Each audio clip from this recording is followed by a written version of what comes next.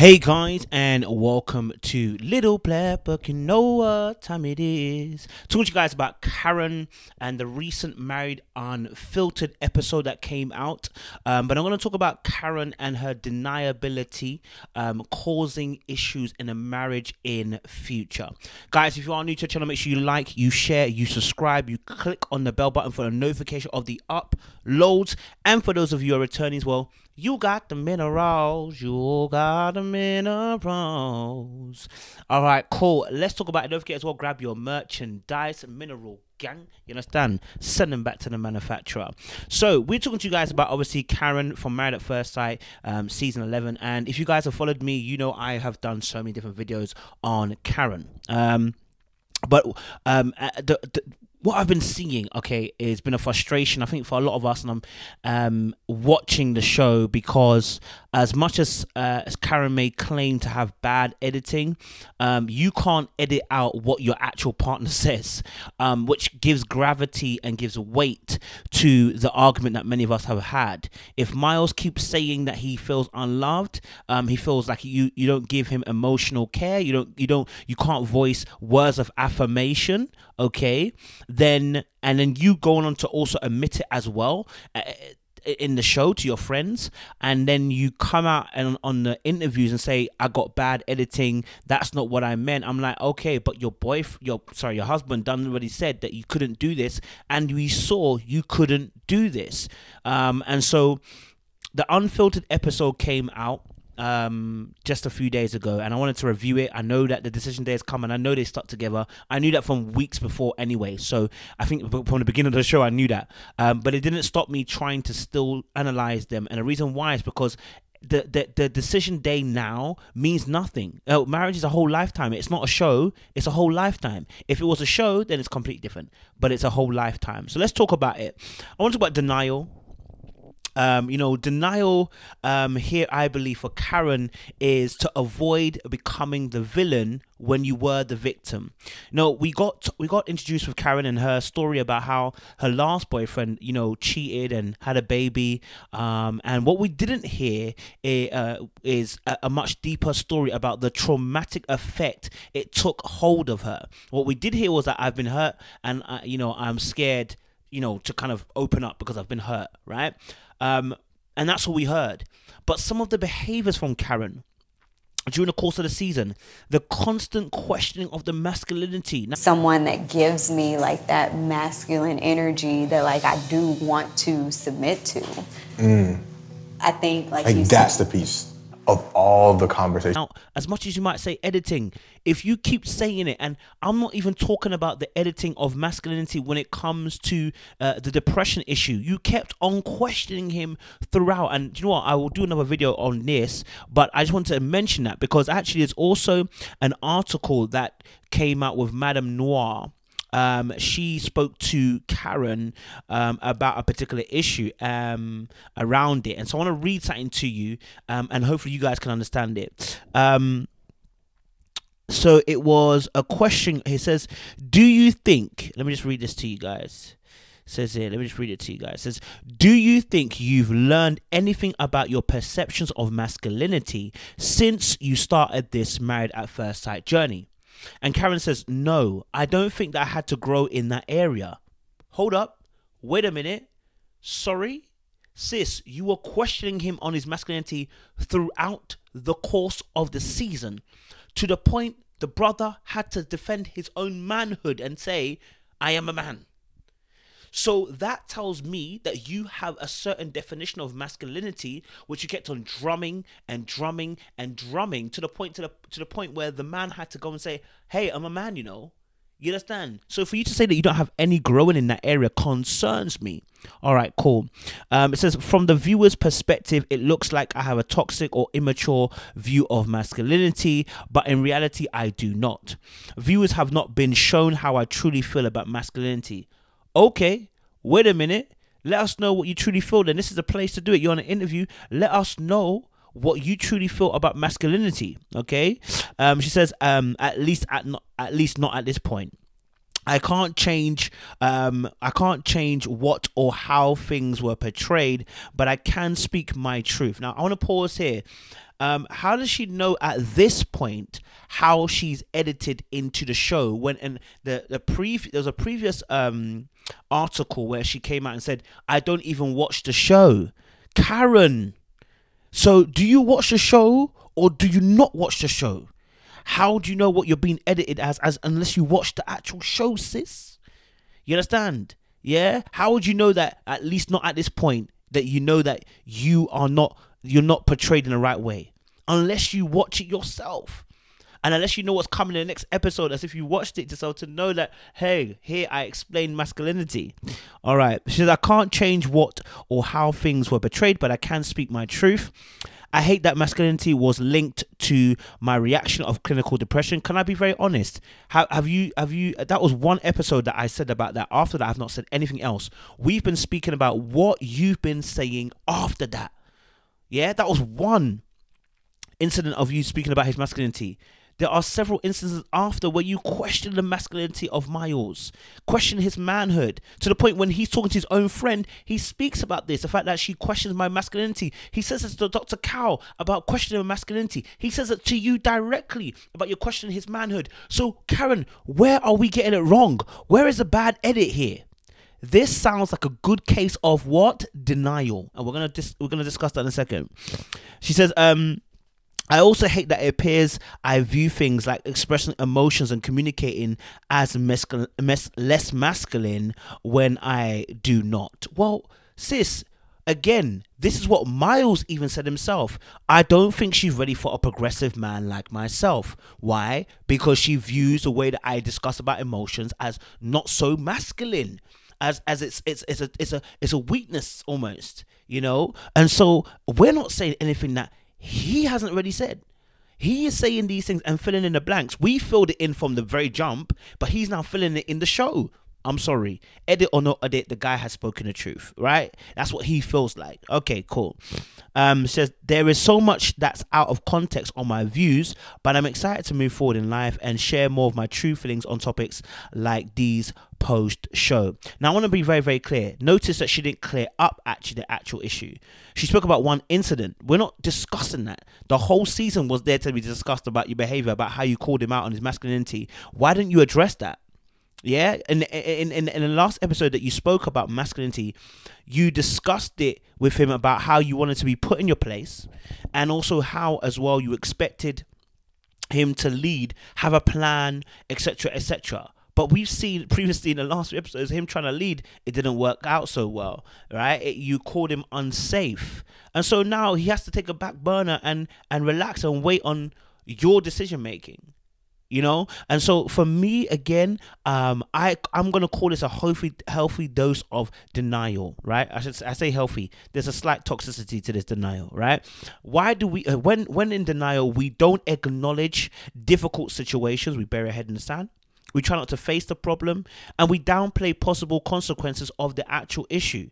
And the reason why people go into denial is because we don't want to view ourselves as the bad or evil person. So, as I said in my title of this particular thing, Karen is gone from victim to villain. So here's the thing. She was a victim in a last relationship, and now the denial is coming when she's facing the fact that now she's the villain in this particular thing. No, you guys have badly edited it. You guys are taking my words out of context. You're denying the fact that the evidence is clear there. Listen, your own husband is saying that you lack emotional care. Your own husband is telling you lack the ability to console him with words. You yourself has said it is difficult to console with words, and then at another conjunction said, okay, no, it's natural for me to give you affection. Then you said, obviously, no, actually, you know what? The reason why I wasn't giving you affection is because I felt like you weren't being your honest self and true self. You weren't telling me what you need. We're going to address that in the actual show. Sis, he told you this. He told you this from episode 8. And the thing is, the videos are there, so you cannot pretend. You knew what he wanted. You decided that you couldn't do it. You didn't want to do it. And as you said in the show, we're going to bring that out. You didn't know he had the capacity to do it. And that wasn't just the pandemic. That was the entire season. You've been trying to figure out how you're going to accept that. Yes, you know that Miles is a good guy. And this is many people in life. You know the person's a good guy or good girl, but you know deep inside of you, you may not be ready for that person because it means changing, and it means addressing the demons and the monsters that are within yourself, the darkness that's within yourself. And we've all got it. We must come and address these things within ourselves. It's human nature, okay? And we have to address it and say, hey, to that person in the mirror like Michael, and say, listen, nah, brother, that ain't running no more. But if you're not ready to confront that monster in you, you will continue your life onwards as you want. So yes, some of your traits some of the ways that you spoke about masculinity, it sounded toxic. It sounded like you were rooting for a man that was emotionally unavailable. That's what the show was showing. That's what I'm saying. There's a little bit of denial there because there's always a bad edit. It's a bad edit. Sis, you said it. Okay, on several occasions. Even your friends had to call you out and tell you, saying like, you want to be a bad puppy. You got to tell her off like a bad puppy. That's what I'm talking about. Put me in my place. It's toxic behavior. We when we're in denial, it's because we feel vulnerable and we feel scared. It protects, to be in denial, it protects us from seemingly unjust condemnation. So now you see that obviously she's aware of the public's ideas about her, and so now the denial's kicking in and say, hey, look, that's not me, but sis, it is you. Focused on the fact that one incident of masculinity, that's not what we were taking from it. There was the whole season, sis. We've been going. You know what I mean? We've been going. Another part of why we go into denial is that it's to help deal with emotional conflict, stress, painful thoughts, threatening information, and anxiety, And so some of these things where there's too much emotional overload and too much emotional conflict and we don't want to deal with it, we slink into denial, right? When we feel like things are too stressful or too painful, we go into denial because what we don't want to do is face the pain that we're actually having. We don't want to face the situation that we're actually presented with because it's a difficult thing to deal with, and at the time we're not ready to deal with that particular thing. So denial becomes very harmful when it stops you from taking appropriate action at the appropriate time. So e.g. her traumatic past and saying it doesn't really, and not really expressing that it's affected her in such a way that she lacks the ability to be intimate on a level, right? Now, she may have gone past that now, we don't know, but the fact that she said, obviously, the reason why she didn't kiss him or really actually struggled to kiss him was because he wasn't being honest about how he felt and what he needed. But again, that's denial because he did tell you what he needed. What you wanted is it presented in a certain manner and a certain way because there's a certain type of guy that you like and a certain energy and demeanor that he normally brings. So, denial can be harmful. It's a bit like when you got loads of bills coming your way, thick and fast, and instead of dealing with it, you throw the papers to the side and say, I'll deal with it another time. I'm just not going to deal with it right now, right? And so the ways to overcome this is to examine your actions and your thoughts and say and try to pinpoint the fear. Where is the fear coming from? You need to slow down, understand that there are negative consequences that come along with you not deciding to act. You must vocalize your emotions and your fears out loud to help you actually kind of kick your mind and say, hey, there is something afoot here. You need to deal with it. And open up to sensible and wise counsel around you. You know what I mean? That's just dealing with the denial aspect. I want to actually deal with the actual show because there were some things that were coming up. So it was early in the show and the host herself was twisting up her mouth. And honestly, I don't know if she has the capacity to it. Okay, Karen. What's it like watching that back? It's hard watching that back. When she was asking about Karen and Miles, right? And that twist up the mouth made me aware that the host knew this was an awkward moment and knew that, listen, the fact that Karen's in the studio right now, she ain't agreeing with Karen's behavior. And instead of saying it, she showed it through her facial expression, right? And so after the clip is shown, Karen says she remembers that time.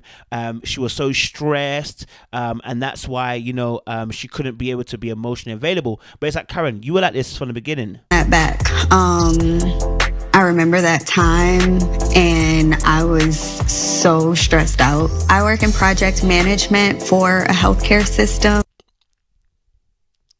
He's been complaining for months. Up until this day, Man's still complaining about the emotional availability and the capacity to love him. You know what I mean? The words of affirmation. He's kept on saying it. He even said it in front of Woody and Amani. How many times do you need to hear this? How many times do you want to hear this before you realize? So no, it wasn't pandemic. It was the fact that you just didn't want to do it because it's not in your nature to do it. You know, this is what I'm saying about the denial. You're saying at one point, yes, it's natural for me to be affectionate. But at the next place, you're saying, obviously, I mean, does Miles want more from me? I mean, does Miles want to do touchy-feely because it's not my natural thing? Which one is it, sis? Is it natural? Is it not natural? Right? Oh, is it pandemic or is it not because of pandemic? Which one is it? And that's where you're seeing the denial really starting to play in. And so you're seeing all these excuses because she doesn't want to look like the villain, because previously she was a victim. But the residue of the villain's serum on her has come through as baggage going into her next relationship with Miles. And now she is the villain and no longer the victim. She's now got a victim. Do you see? And so that makes someone be going to denial because, like, hey, I'm not a bad person. We know you're not a bad person, but you're doing bad things right now. You understand? You've allowed the serum of the villain to now infect you, and now that's infecting how you behave in your relationship. And she said, obviously, she didn't know at the time if she could give him what he needed at that time. So that just proves our point. They're very stressful. And honestly, I don't blame Miles for feeling like maybe she doesn't have the capacity to do this right now, because I didn't know at that time. It was really tough. Sis, it proves our point. You weren't there. You weren't capable of being there. That's why you had to question your capacity. This is why I didn't like Pastor Cal questioning Miles about him questioning Karen's capacity to love him, because it's evident she didn't have the capacity to love him, right? Doesn't mean that she's not capable of loving. It's just that the capacity to love him at that moment seemed like it was non-existent. And she didn't want to try until I think that D-Day when man told her, listen, I'm about to quit this thing, you know. And then she realized, hold on, and the thing is, women do this as well. They know he's a good guy, but she's not convinced. And so she holds on to him, hoping that she will be convinced. When he pulls away, now she's getting convinced, because now she's aware she's about to lose something. She's no longer in control of this particular situation. And so therefore, she needs to make sure she reels the guy back in again. Okay? She said obviously it was tough, and then her eyes start to moisten up. I'm like, Olivia, it seems like like, okay, I don't know. I felt a little bit like, Karen, let's not. We don't need to do waterworks here. Okay, I know it was a tough situation, but handle it. Yeah, you're not looking like the victim here. You're looking like the villain. Handle it. You understand? We don't need waterworks here. But again, I'm willing to be understanding that. Listen, tough situations, emotions do run. The question was asked to her in a part 2 of it. Good things that have come out of your marriage while being quarantined with Miles. Well, the truth is, I feel like things that have come out of your marriage. What things have come out of your marriage since quarantine? And she laughed, and then she was like, we had to learn how to lean on each other. Tough times show how someone can be there for you. Sis, were you there? Because we're told stories by Miles now, and this is bad editing once again. We're told by Miles, listen, you at one point you sat on the chair and you didn't want to sit next to him. We saw in the video clips that you didn't want to be you were being a bit distant. Now, I am very much aware that she did kiss him a few times, but again, Miles makes it very, very clear once again that a lot of the kissing was initiated by him. So we already know that your affection wasn't initiated by you. You might have been a little bit more affectionate, but it wasn't initiated by you, which means you're not actually affectionate. You're just responding. You're reactive. Yeah. And so the tough times showing how someone can be there for you.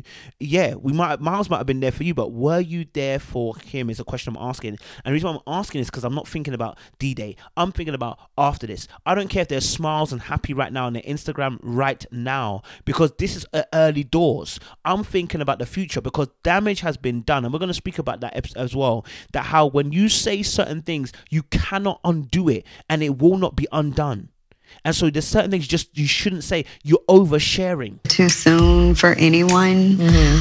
but I don't appreciate the way that he handles situations. He didn't seem like it even fazed him in that moment. And it's funny because Karen Lynn says it was a question that was for Olivia, and then it got posed to Karen about Brett's behavior, and it wasn't even about Brett's behavior. She said obviously she can't define whether it was too early or too soon or too late for Brett basically to quit the process. But she says what she doesn't appreciate, He handles situations. He didn't seem like it even fazed him in that moment. And I think for me, that's the part that is hurtful. Yeah. it was a bad edit. It was a bad edit. It was just a bad edit. But you don't have no problem now saying you don't appreciate how Brett handles situations, right? Because you see something and you comment upon it. You know what I mean? I thought he was just putting Olivia in her place by your words and your definition. And so again, I'm not trying to be a petty on purpose. What I'm trying to highlight is that, you see, this is what we're talking about. You are aware of your behaviors. You are aware what's right, what's wrong. You are aware when you're tearing someone down, which is what she did to Miles consistently over and over again, just so that she can almost prove to herself that this is where she needs to be, right? Basically testing him, because it's like, oh, he's not saying anything. I'm going to keep pushing his buttons until he says something. You're testing him. Simple as. And she said obviously that, we were holding on to frustrations we hadn't talked through. Sis, I'm very much aware from episode 8 once again. Expressions were made. Okay, the excuse can wear off in episode 7, but in episode 8 there was discussion that were made. Okay, and you said I'm not the girl that's gonna be flamboyant about saying, you look nice. I'm not gonna be flamboyant with touching you. You said that, so you denied those things, right? So the frustrations, I can understand Miles' frustration because he expressed it, and you decided that you weren't gonna do it. You doing nice stuff, okay? Listen, you doing nice stuff like acts of service is your love language. That's not how the person who you're with receives it. So it's no good you doing acts of service when that's not what he needed. Like, listen, don't get twisted. He loves your cooking, okay? But his love language is not your cooking. His love language is words of affirmation and also as well physical touch. You feel me? So he told you this. You were made aware of this particular thing for episodes before. You know what I mean? She said obviously he was eager to please and that it didn't feel real to me. Now, So eager to please, but it didn't feel real to me. So it's like that caused some disconnects. And, we know this because she expressed this to his sister some weeks back, in episode 8, I think it was, well. And she expressed that she felt like, oh, he's being too nice. He's not his true nature, but it seems to be his true nature. And then she's obviously that caused some disconnect.